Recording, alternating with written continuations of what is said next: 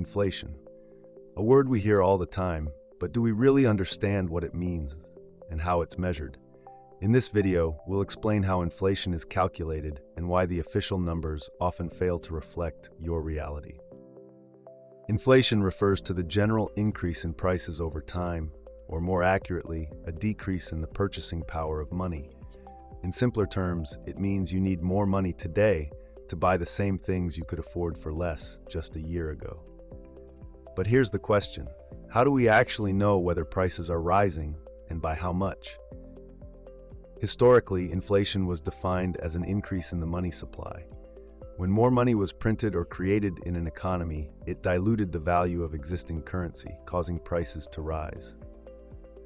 In the past, economists focused on this relationship between the quantity of money and price increases. Today, however, inflation is no longer defined by how much money is created.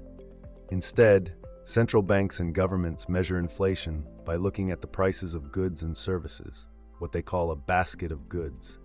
But this modern method doesn't always tell the full story. Let's explore how this basket works and why it might not reflect your experience. Most countries measure inflation using a metric called the Consumer Price Index, or CPI. Imagine a shopping basket filled with items and services that an average consumer might buy, like food, clothes, gas, or even streaming subscriptions. Statisticians track how the prices of these items change over time. If the overall cost of the basket increases, inflation rises too. For example, in the United States, the Bureau of Labor Statistics is responsible for calculating CPI. But here's the problem: this average basket doesn't necessarily match what you spend your money on. This brings us to the core issue. Inflation is highly relative. If you spend most of your income on rent and groceries, while someone else spends more on luxury goods, you'll experience inflation differently. But the official inflation rate only reflects the average, not individual experiences. Another problem is that some expenses, like housing prices, are not fully captured in the CPI. For example, in Sweden, a variation of CPI called CPIF excludes the impact of interest rate changes on mortgages. But for many households, rising interest rates and housing costs have a huge impact on their finances. And there's more.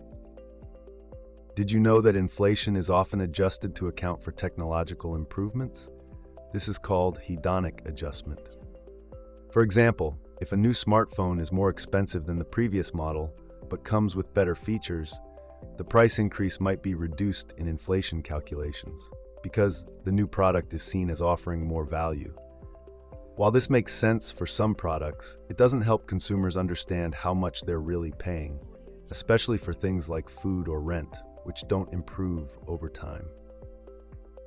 Finally, it's worth noting that governments and central banks have a vested interest in reporting low inflation rates. Why? Because inflation affects everything from pensions to interest rates. So, the next time you hear that inflation is 2%, ask yourself, what does that really mean for me? The official figure is an average, and it may not reflect your personal reality. Understanding how inflation is measured and its limitations is key to planning your finances and making smarter decisions.